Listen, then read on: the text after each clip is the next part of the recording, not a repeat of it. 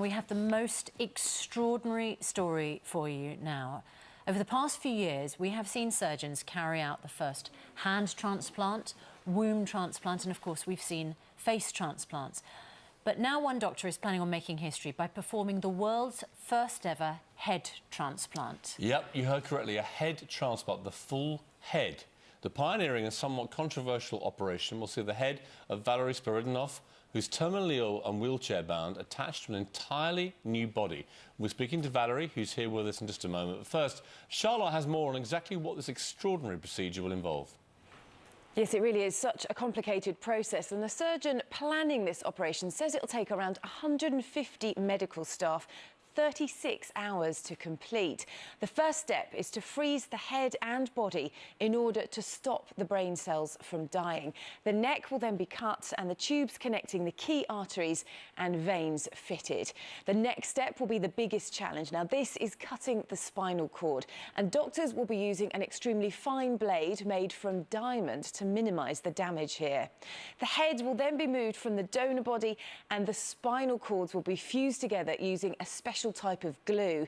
Now, once all that is in place, it is a race against time to reattach all the remaining muscles, veins and the organs like the esophagus. Once the skin is stitched together by a plastic surgeon, the patient will be kept in an induced coma for 4 weeks to allow everything to heal. It really is an extremely intricate procedure. So, Valery Spiridonov wants to undergo that procedure, that surgery. Dr. Hillary is here alongside you. Well, Valery, it's fantastic to meet you, and thanks so much for coming in. This is just extraordinary, just hearing the details of this procedure from Charlotte. Tell us why you want to undergo something, I mean, frankly, so life-threatening. Okay. As you can see, I'm disabled in a pretty heavy condition, but also I'm very fond of science. I digged deeply into this topic of this kind of transplantations for about 20 years. I read about Robert White's experiments with monkeys and Professor Vladimir Demikhov's experiments with dogs.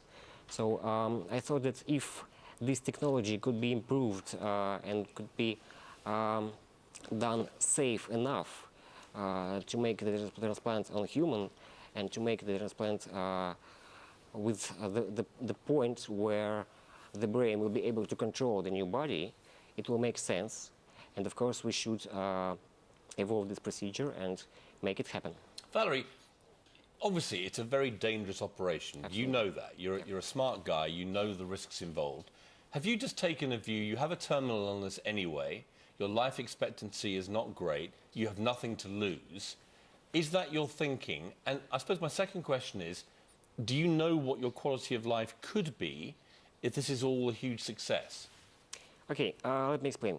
I'm not doing only this project, this full body transplantation project. I'm also in charge of several other projects, but this was the most public one.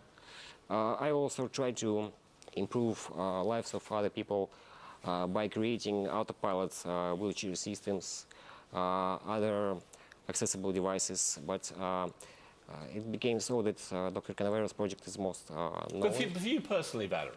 Yes. I'm trying to get inside, well, quite literally, your head about this, right? I want to know what is making you do this? What is your motivation personally? My motivation personally is about improving my own life conditions and to go to the stage where I will be able to take care of myself, where I will be independent from other people, because... And you believe this operation, if it's successful... Yes, absolutely. If it's completely successful... Yes. And there are massive risks, it's never been done, but if it works, you believe that the quality of your life will not only be extended, but could actually be quite reasonable. We're trying to do our best to make this experiment safe and to make it believable, and we try to do all the research which is needed to be safe, because today my life is pretty tough. I need to invite people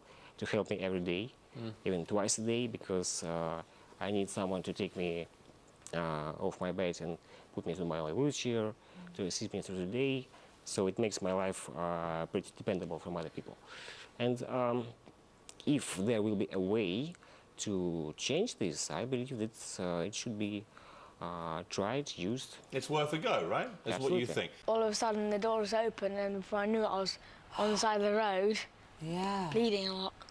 And Ben, you were on the coach, weren't you? Because you'd been on the same tour, and you were upstairs. What did you know about Seb and what had happened? Well, I knew nothing. Well,